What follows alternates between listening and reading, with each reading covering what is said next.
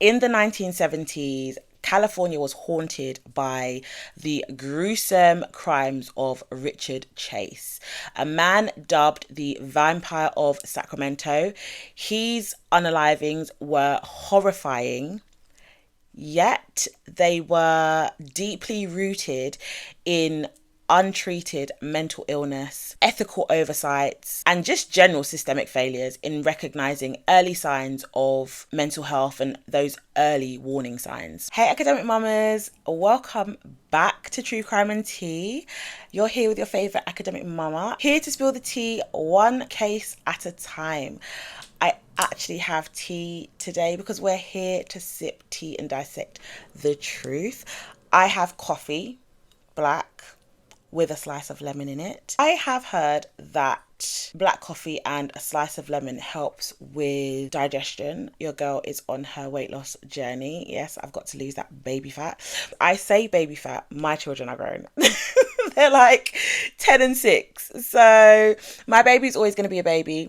But I did read somewhere that your body isn't actually back to normal until your child is like 7. So I've got a bit of time, not much, but I've got a bit of time to lose that baby fat, because I'm going to call it baby fat.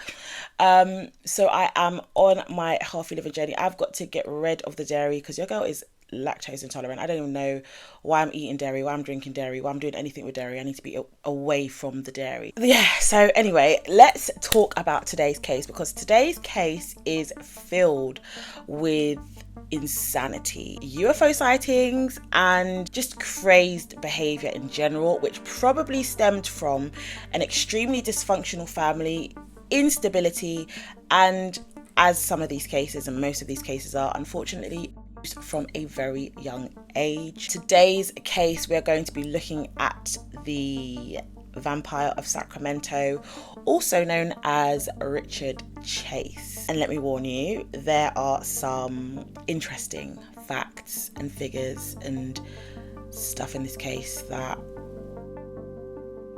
would shock anybody.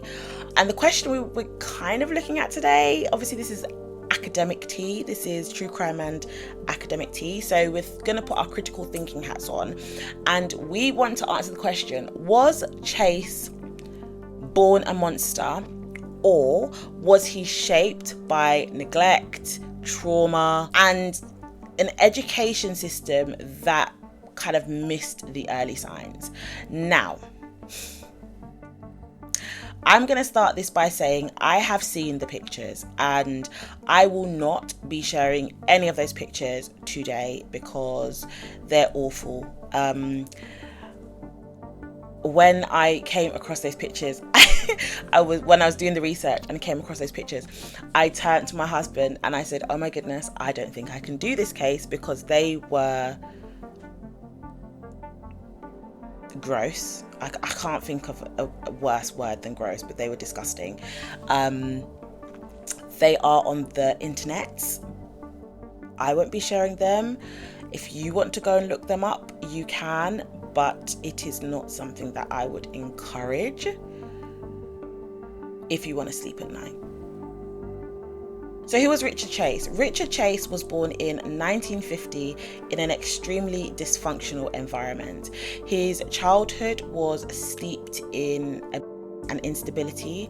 He was raised by an alcoholic father with an authoritarian approach, and his mother was already battling psychological challenges, which she was getting counselling and psychiatric consultation and treatment for. However, Chase's early life, there are so many red flags when it comes to his early life. There is that Macdonald Triad linked to Richard Chase's early years. By his teenage years, Richard Chase was presenting behaviours outlined in the Macdonald Triad: bedwetting, fire setting, and animal cruelty, which are often early indicators of an underlying psychological distress. And you'll see this in quite a few of the serial cases, that they seem to fit at least 2 or 3 of these points on the triad. One of them being Dharma. He was a bedwetter. He definitely was cruel to animals. I don't think he set fires though, but there were indicators that he was going down the path that he eventually did go down, and he also was from a very dysfunctional family. If you want me to cover him, let me know in the comments and I will do the research and we'll go and look at him through a critical lens, because I have a few ideas that I would like to present specifically for him, but different video. During Richard Chase's teenage years, his family faced serious financial hardship and loss in their home. The warning signs that were presented so early in Chase's life could have been spotted by attentive teachers or mentors. This does lead us to question, though, how my early educational detection and supportive interventions have redirected his life. Would it have made a difference? Could it have made a difference before his life spiraled out of control? Research on the Macdonald Triad suggests that these childhood behaviours often signal a deeper emotional disturbance. So bedwetting is something that's very common. There are many children that suffer with bedwetting. It could be a physical reason why they suffer with bedwetting. It could be just that they're a bit lazy, they can't bother to get up and go to bed, or go to the toilet, or it could signal a deeper emotional reason as to why they are bedwetting. That is not saying every child that wets the bed has some emotional reason why they're wetting the bed. There are many different reasons. However, recognizing these indicators in the educational setting is crucial to early intervention. Now, how is a teacher going to know if a child is wetting the bed? They're not necessarily going to know that. The child may go in with their clothes smelling a little bit like urine. However, if the parents are taking care of their children, not if the parents are taking care, but if there's a bit more added attention being paid by the parent about the bedwetting, their teachers may not necessarily notice. However, parents and educators and teachers do talk some of the time, so it could be picked up in these ways. But it does give us a point of reflection that we must consider today: the impact that early intervention by educators, how can this impact young children, young people? Would it have made a difference in Richard Chase's case? This is not saying that every child we come across that's a little bit violent, you might have someone that's a bit more rugged, a bit more rough, or wets the bed, is going to be a serial unaliver. We're not saying that, but understanding that some of these warning signs are there as warning signs, as caring educators or professionals that are involved in a child's life, that could impact them in later years. They could look back on those experiences and see them as positive experiences because they've looked and they've seen that someone has taken an interest in them, someone has been there to comfort them, someone has looked at them and said, maybe something's going on with you. And therefore the child looks back on that experience, or the person that's now grown looks back on that experience as a positive experience, as opposed to becoming a Richard Chase. Again, that's not us saying everybody that bedwets and is a little bit violent is going to be a Richard Chase, because he really is an anomaly. However, in Richard Chase's case, in his teenage years, he did continue to spiral out of control. He struggled with substances, including taking a bit of the devil's lettuce, but also LSD. He discovered also in his teenage years that he was impotent, which led to deep frustration and his inability to maintain relationships, because that is kind of an essential part of relationships for most people. That intimacy could be there, but because he was impotent, he couldn't follow through with what he wanted to do. So his mental health just continued to deteriorate further into his adulthood, and he developed unusual delusions, including the belief that his blood was turning to powder due to poisoning. Yeah, that's what he believed. And then in his early 20s, he was actually diagnosed with paranoid schizophrenia. This belief of the blood turning into powder drove him to engage in generally unthinkable behaviors. He started eating animal blood, consuming raw organs, and blending animal entrails into smoothies in a desperate, distorted effort to basically save his life. And the smoothies thing, I saw a picture of that and it was in black and white, but the thought of it still makes me feel sick. It's just knowing what that picture was a picture of is just grim. Ugh. Yeah. But he thought that was how he needed to save his life, because his blood was turning into powder because he'd been poisoned. I don't know who he thought poisoned him, but that's what he believed. His actions reflect textbook examples of untreated severe mental illness. His distorted view of reality, fueled by his extreme paranoia and a failure of systems that are meant to support him, offer the classical look at how untreated schizophrenia can fragment someone's grip on reality. He was left to his own devices. Yes, he had that diagnosis, but essentially he wasn't treated. He was just kind of getting on with it. So the psychological aspect and cognitive dissonance helps us to see this through a certain lens, drawing on the cognitive dissonance theory, which was first investigated by Leon Festinger in studies of cult members, and I have spoken about this slightly in the Sarah Lawrence case. Chase's internal conflicts became outwardly visible. So his mind, cognitive dissonance is knowing what the truth is, kind of, but changing your reality to basically fit the narrative. So when his self-perception clashed with the horrifying reality of his actions, he interpreted his behavior to align with his fractured beliefs. His behavior of having an inner entrail smoothie was justified because he needed that so he could live. That's what cognitive dissonance is. It's knowing that something doesn't make sense, knowing that something doesn't fit the narrative, and then changing the narrative so that the action does fit the narrative, if that makes sense. In essence, his extreme justifications were a psychological mechanism used to reduce the internal tension and rationalize what was unthinkable. Internally, he probably was torn with the thought of injecting himself with animal blood or making himself an entrail smoothie.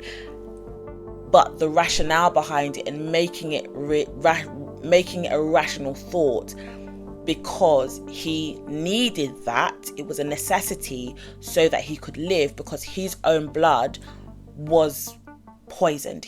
It wasn't helping him live. So the reflective question here could be, can we imagine how timely and informed psychological intervention might have lessened the dissonance between his internal turmoil and his outward action? Can we think about, if there was proper, timely intervention, psychological intervention that he needed, would the reality that he created have been lessened or eliminated? Would that be possible? Now we get on to the unaliving spree. So between 1977 and 1978, Chase's psychotic delusions manifested in an unaliving spree.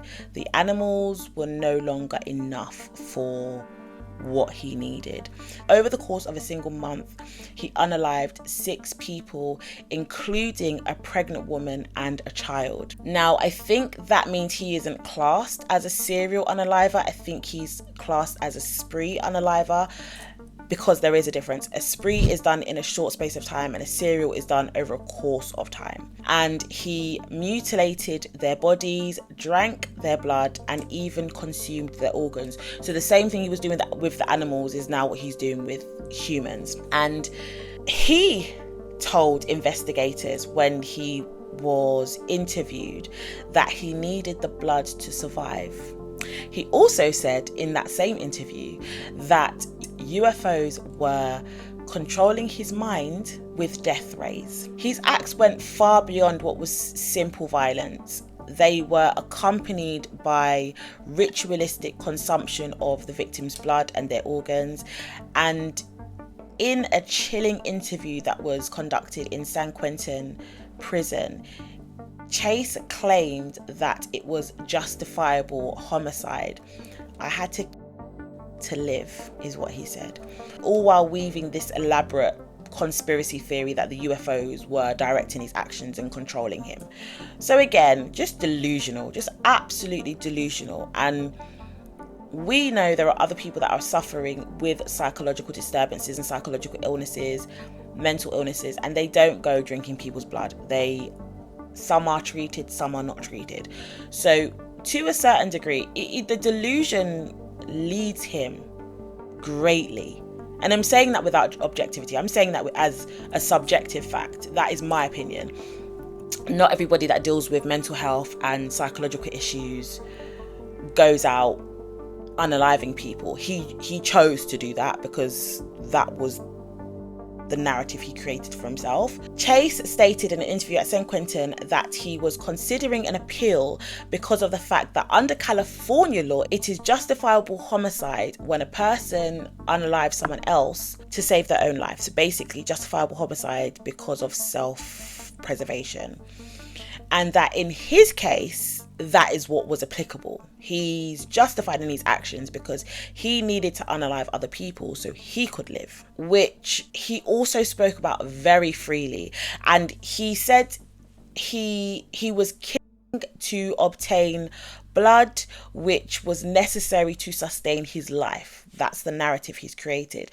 Thus, it was justifiable homicide. He also said that he was ordered to commit these unalivings by the death rays, which were directed from the UFOs. He did state that retrospectively, when he looks back on it, he probably shouldn't have committed the unalivings because the deteriorating condition of his stomach and his blood supply might have been cured if he had prayed harder to the UFOs.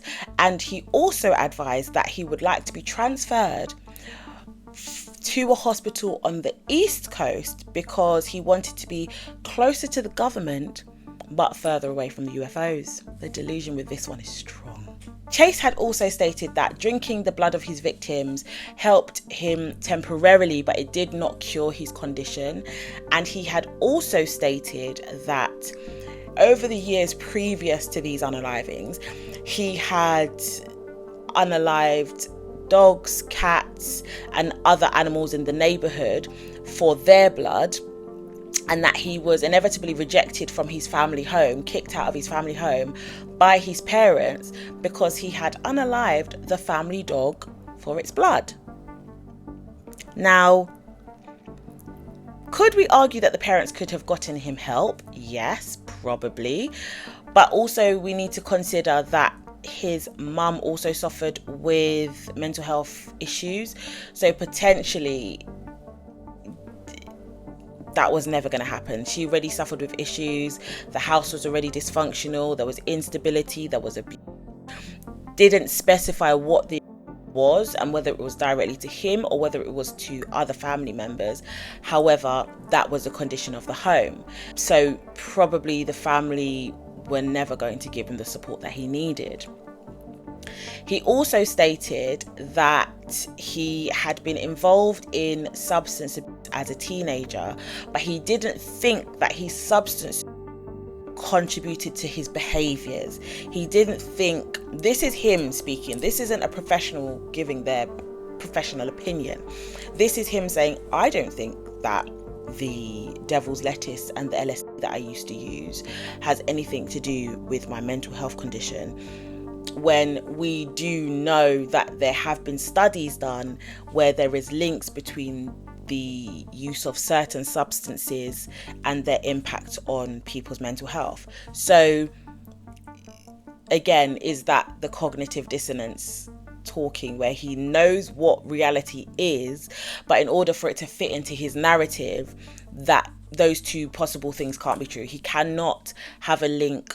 The use of substances in the past as a teenager, when his brain is still, and his mind and his body, his physical mechanics are still growing, there couldn't possibly be a link between the substance and his mental health deteriorating the way it did. He also displayed writings that he had prepared to explain his case, and they all centered heavily on the involvement of the UFOs, CIA, mafia, airline disasters, and unexplained unalivings, which he felt impacted his life. So he had written long bits of text that he wanted to present for his own argument, to say these are things that have affected my life and me mentally. The conclusion drawn from this interview that he had, because this was quite an extensive interview that he had at the prison, the conclusion drawn was that the writings were typical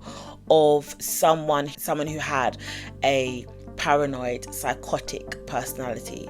So not only did he have paranoid schizophrenia, they've actually got the word psychotic in there. He was psychotic.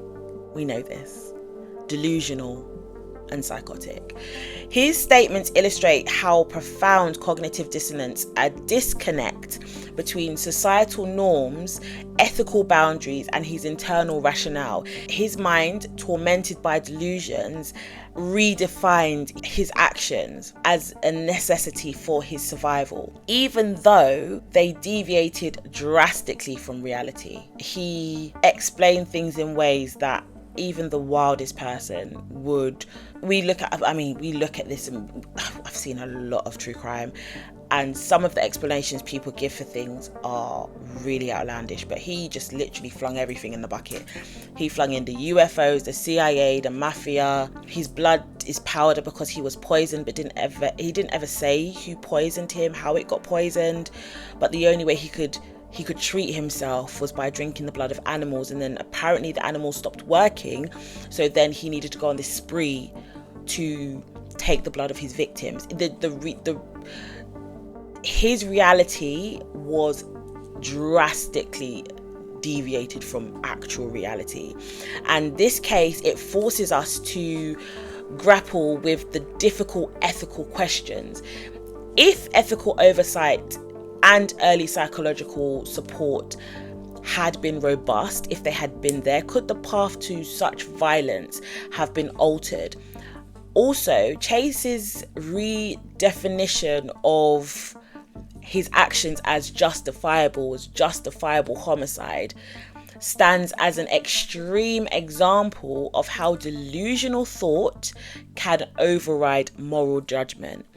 The delusion is that he was justified in committing these homicides because he was dying, essentially, because his blood was poisoned. He needed to refuel the blood. But then to say, oh, maybe I shouldn't have done that. Maybe I should have just prayed harder to the UFOs. The delusion is strong, and that drastically impacted his moral judgment. What we see as normal or abnormal, his mind said, no, that's the right thing. And here's another ethical situation. How should mental health systems manage patients whose delusions are life-threatening? Because Chase was previously institutionalized, but he was later released. And he was institutionalized at a point of time where his mental health was bad.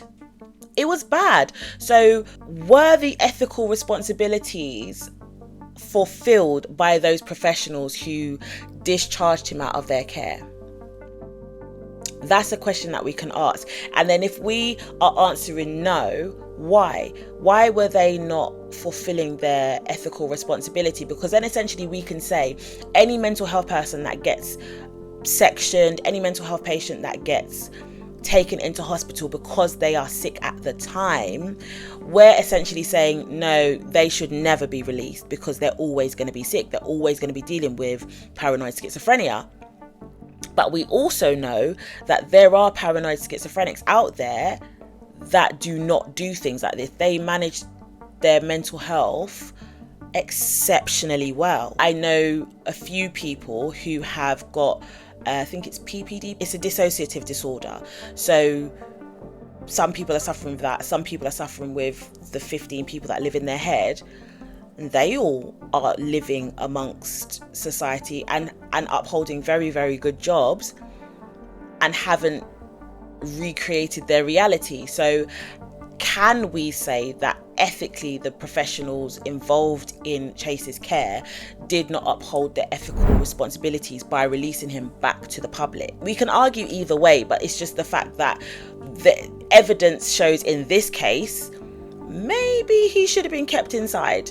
However, we can also say, how can you determine whether someone is going to act like this based on a mental health diagnosis? It's a question that seems like it's pretty much impossible to answer. However, I'll leave that up to you to come to your own conclusions. After being institutionalized in 1975 for injecting himself with rabbit's blood, Chase was released despite clearly unmanageable psychosis. So he was still suffering with the delusion. His release, combined with a lack of follow-up care, set the stage for tragedy. Now thinking back on that question and the ethical responsibility of those professionals, there was no follow-up and there was no post-discharge care. Did that not create the environment for the events that are coming that then transpired thereafter? And he didn't do this over time. He was a spree unaliver. So he did this in a month. He was released in 1975. So you could say he had a bit of a cooling off period, maybe, because the blood of animals was enough.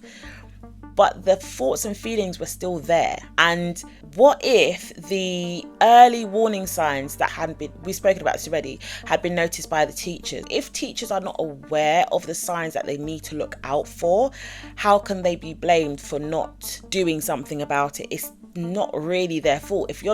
We're not trained as teachers to look out for these signs. You get trained or taught how to manage a class, how to deliver topics. All of this additional stuff is pastoral. You don't necessarily always get told what to look out for with certain types of environments. And yes, we all do safeguarding, but how many people sit there and are actually intently paying attention? And then how many people leave those sessions thinking, oh no, everyone is at risk, I need to pay attention to everyone. And over time it dilutes itself because you think everyone can't be being radicalized. Do you know what I mean? So it's a very thick grey area when it comes to apportioning blame to the educators that were involved in his life not being aware of the Macdonald Triad signs and all the other things that come along with it. So yeah, that one for me is a challenge to come up with a logical answer and conclusion to. I feel like training, you can be trained in how to identify signs. However, some people lack the ability to be reasonable, and either are on two sides of the spectrum. You've got one teacher that's involved in everything and every child is a child in need, or you've got someone on the other side of the spectrum that is just indifferent and thinks, well, not my jungle, not my monkey. Okay, they're a bit wild. Okay, they wet the bed. Okay, they burnt out the classroom the other day, but it's not really that much of a big issue. Do you understand what I mean? So grey area, I think, with that one. So the trial and his death. So despite a clear diagnosis of schizophrenia, Chase was found guilty of 6 counts of murder and sentenced to death. This is also interesting in the comparison between females that commit homicides and males that commit homicides. The last couple of females that I've covered that committed filicide, which is the unaliving of one's own child, one in particular, Andrea Yates, was suffering with postpartum psychosis. They wanted to give her the death penalty. The prosecution were for the death penalty, and they didn't give her the death penalty. They gave her life. And then the life conviction was overruled because of false evidence. And then she was found not guilty based on the grounds of insanity. However, he is also insane. He's got paranoid schizophrenia, clearly suffers with delusions. The person that interviewed him said it's a clear demonstration that this person has got paranoid psychotic personality disorder, but yet he was still sentenced to death. So yeah, he was found guilty. Obviously he's guilty, he admitted to it, but then he was sentenced to death. So just the difference in the judgments at the end. You would think someone that unalives their own children would probably get the death penalty, but she didn't. So in 1980, however, Chase took his own life while he was in prison. His writings, full of conspiracy theories, aliens and apocalyptic visions, revealed a tormented mind, but was ignored until it was too late. So again, that question of the professionals that were involved in the incarceration, the care, the representation, the judge, the jury, everybody involved in this case, can it be argued that he was, dare I say it, treated unfairly? He had very severe mental health issues, but was convicted to death and then seemingly left to his own devices because he was able to take his own life. So was that justice? Many will argue it was. I'll let you answer that in the comments. So we've paused a lot in this case because there have been many moments where we've had to kind of think about what is going on here. But let's look beyond the bloodshed and let's ask what truly drove Richard Chase to these horrific acts. And let's think about two psychological frameworks that can help us unpack Chase's descent into madness. There's the social learning theory, and then there's the Diathesis-Stress Model. Social learning theory was coined by Albert Bandura, and the theory proposes that people learn behavior through observing others. Behavior is shaped not only by what we experience directly, but also what we see around us. Now, in Richard Chase's case, he grew up in a violent, emotionally cold household. Was instability. His mother had mental health issues. His father was an alcoholic.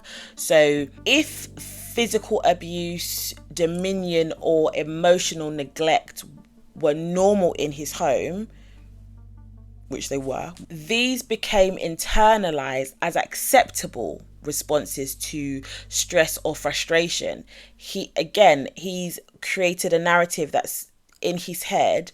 He probably knew that violence wasn't normal, but he was seeing it every day in his home, so it became a norm for him, especially a child. That's what he sees all the time. So that internal response is going to be what is used when there is stress and when there is frustration. And then his later fascination with blood and violence, starting with the animal mutilation, was purely organic. There could be evidence that he engaged with violent media whilst he also expressed paranoia around authority and the government. Because remember, he wanted to be close to the government but away from the UFOs. I don't know how those two things match up, but apparently they do. And these inputs may have enforced violent patterns of thought, especially in someone who was already isolated and vulnerable. So in the pot, we've got violent household, that's normal. And then we've got paranoia, issues with authority, and violent patterns of thought. And then we've also got the fact that Chase didn't develop any pro-social coping mechanisms. He wasn't mentored, supported, or taught how to self-regulate, and he learned maladapted behaviors, and nobody ever taught him anything alternative. Finding out that he was impotent, there wasn't an outlet for him to go to. He couldn't talk to his parents. He clearly didn't talk to his parents about it. And when he did act out, his parents removed him from the home. They kicked him out of the house. So he wasn't supported in finding ways to cope with stressful situations.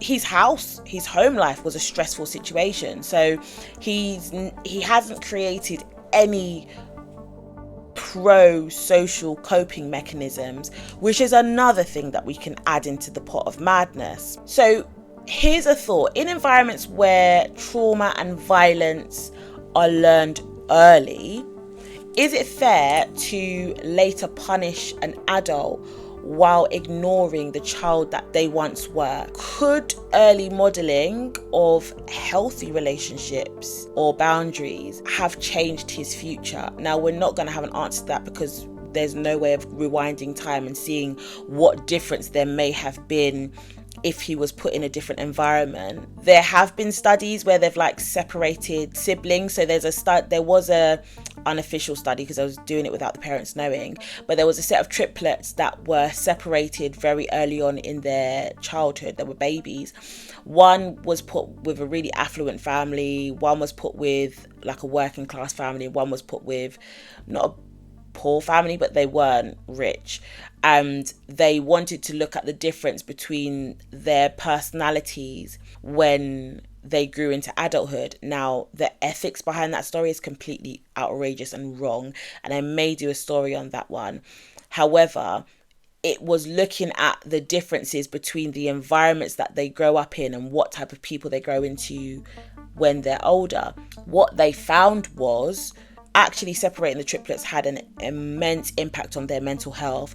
One of the triplets did end up unaliving himself because of feelings of abandonment, which stemmed from early childhood experiences and a subconscious feeling that there was more out there, because there were two other versions of him out there. The studies have been done. I am going to say though, people who have grown up in abusive environments like this environment and suffer with mental health conditions, there are many of them out there that don't turn into the Vampire of Sacramento. So it can be argued that there is a difference with early intervention, but also there is a difference just in people's personalities. People know right from wrong. Most people know right from wrong and don't create their own narratives and their own realities. But the social learning theory is a demonstration that shows socially you learn from your environment, you learn from your experiences, you learn from the role models that you grew up around. And if they are negative experiences, they are negative role models, more than likely you're going to mirror, replicate, become the people and environments that you grew up in and around. And the second theory is the Diathesis-Stress Model, which is quite widely used in psychology and psychiatry to explain how mental orders develop. This is not my area of expertise. I found this model whilst doing this research, and briefly it argues that individuals inherit certain vulnerabilities or diathesis, and that these remain dormant until they're triggered by significant life stressors. So in Chase's case, Chase likely had, in line with this theory, a genetic predisposition for schizophrenia. That is the diathesis. Obviously, this is an assumption, this is not fact, but we know that his mum had mental health issues. We don't know whether she was a schizophrenic. I couldn't find whether she was schizophrenic. It said psychological and mental health issues. But with the case of Chase, what triggered this? Was it the social isolation? Was it the substance? Was it the lack of routine? Was it the unresolved trauma? And or was it the rejection of his peers and his family? His family rejected him. They kicked him out. He could not maintain social relationships, physical relationships, romantic relationships. So which one of these things, because there are many, Which one was the trigger? And the model also reminds us that not everybody with certain predispositions is going to become dangerous or is dangerous. Many people with schizophrenia live fulfilling lives. I've said this a number of times throughout this. They live fulfilling, non-violent lives. So is Chase an anomaly to that fact? Maybe. But what differentiates Chase is the absence of consistent treatment, safeguarding, and no holistic framework. Now, I say that's what differentiates him. However, I'm also going to caveat this by saying there are other people who live fulfilling non-violent lives who haven't had consistent treatment, who haven't been safeguarded, who haven't had a holistic care framework, and maybe their lives aren't fulfilling in that sense. However, they aren't violent. They've managed to cope through life. They do need treatment and support, but I'm saying that in the sense that not everybody becomes a Richard Chase because they have these conditions. Is he the anomaly to this? And then the next question is, are we too reactive as a society, responding only after the fact, only after something drastic occurs, then there's some prevention put in there? What might a preventative model of care look like for people showing early signs of psychosis? Again, spoken about in the Andrea Yates case, nothing was really done for her at all, to be fair, but nothing was done in any sense until after the psychosis. Oh, okay, she tried to unalive herself. Let's section her, let's put her on some medications. Oh, she tried to unalive herself again. Maybe she's a danger to her children. And then the husband arranges for the mum to come when he's at work, but doesn't think about the time period between when he leaves for work and when he goes to work. Again, no prevention. She should have been there before he left to go to work. And then by then it was too late. What does early intervention look like? What does prevention over intervention look like? Could community-based interventions have caught Chase before he fell, before he did these horrific things? Labeling theory and stigma. So the labeling theory reminds us that once a person is labeled as mentally ill, or worse, they're labeled as dangerous, society often distances itself. And Chase was alienated. Richard Chase was alienated and seen as crazy long before he committed these crimes. Can it be argued that this started from early on in his childhood, but especially from when his parents kicked him out? You're crazy for unaliving the family dog for its blood, get out. But we also have to be aware and mindful that this stigma, it doesn't treat, it isolates. It doesn't treat the problem, it isolates that person to their own island, because we don't want to have anything to do with you because you're crazy. Now, pre the unalivings, we could possibly look at Chase and say, do you know what, you really need some help. Put your objective hat on. Just put your objective hat on. Take your tea, take a sip, and put your objective hat on. We could have looked at Chase and said, you need some help, not stigmatize the certain behaviours, treat the certain behaviours, and not isolate that person to make them feel unwanted. However, in his case, once he was released from psychiatric care, nobody took any responsibility for his reintegration back into society, because he was crazy. That was how he was viewed now. So we have to also be aware that when you label someone, you're creating the space for that stigmatization to be pasted on their back. You know, like when you was in school and someone used to put a note on your back that said, kick me. That's what labeling is. That's what it does. It encourages other people to almost abuse that person, treat them in a certain type of way that makes everybody else laugh, but that person isn't laughing. So we have to understand that's what labeling does. It creates that stigma that isolates those people. So what do we learn from the case of Richard Chase? From Bandura, we learned that behavior is learned. Behavior is learned, and so are coping mechanisms. If you are, or the child is in an environment where there is negative behavior, we should be aware of how to mentor, support, role model coping mechanisms for said children. If we do not teach resilience, people may model destruction. And this is what's happened, especially in this case. There was the behavior was there. The behavior, the alcoholic, because the alcohol, we have to see that also as a substance abuse. Chase abused the devil's lettuce and did. So understanding that behavior is learned, that's what he then used as coping mechanisms, but also used delusions as coping mechanisms. We want to flip that and turn that learned behavior into learning of coping models, right? And then from the Diathesis-Stress Model, we learn that genetics is not the only part of our history, because if you take the genetics and you take Bandura's theory of social learning, you kind of have a cesspool of just filth that ends up becoming the Vampire of Sacramento. But you also understand with the Diathesis model that environments determine how and whether mental illness manifests in dangerous ways. So just because you are genetically predisposed doesn't necessarily mean you're going to become that violent person.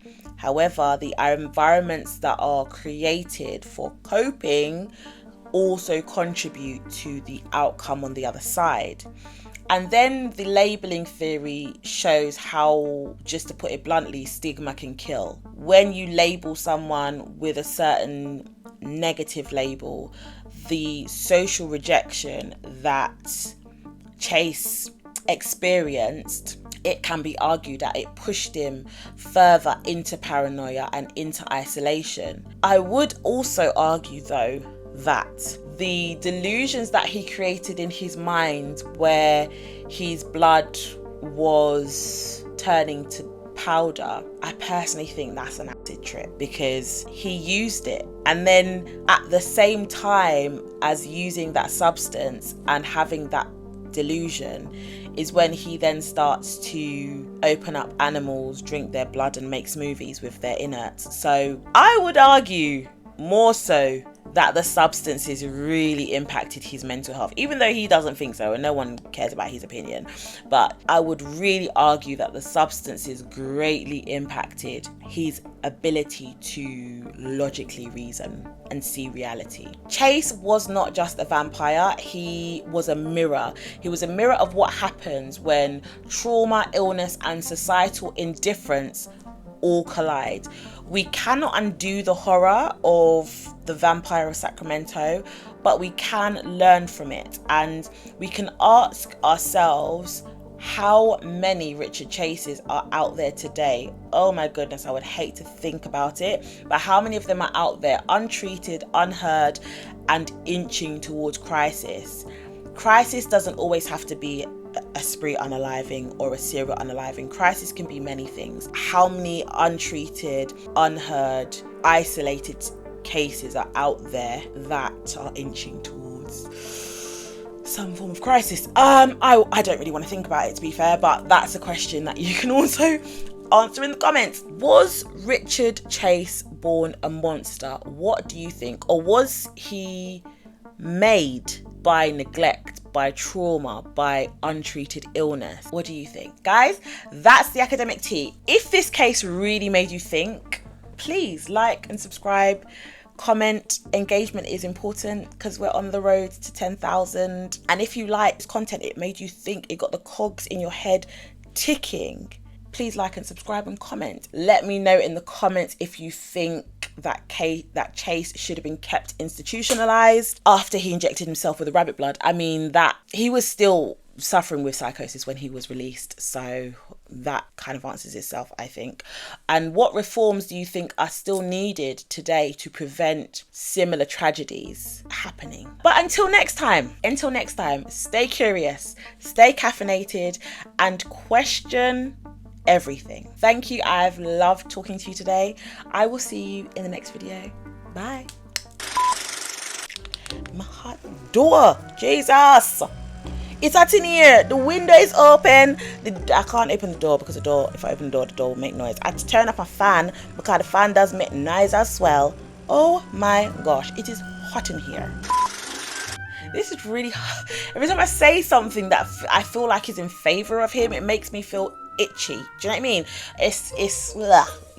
That's not what this objective lens is there to do. It is there to just look at the circumstances and situations and see whether prevention is better than intervention. This did happen in 1977 to 78, so there was a period, it was like the demons and the devil was just, they were really in their fills in the 70s, 80s and the beginning of the 90s because they were everywhere. I may do some nature versus nurture. Someone has requested nature versus nurture, and I actually did have it on my list already, but it's pushed me even more towards nature versus nurture. So look out for those ones.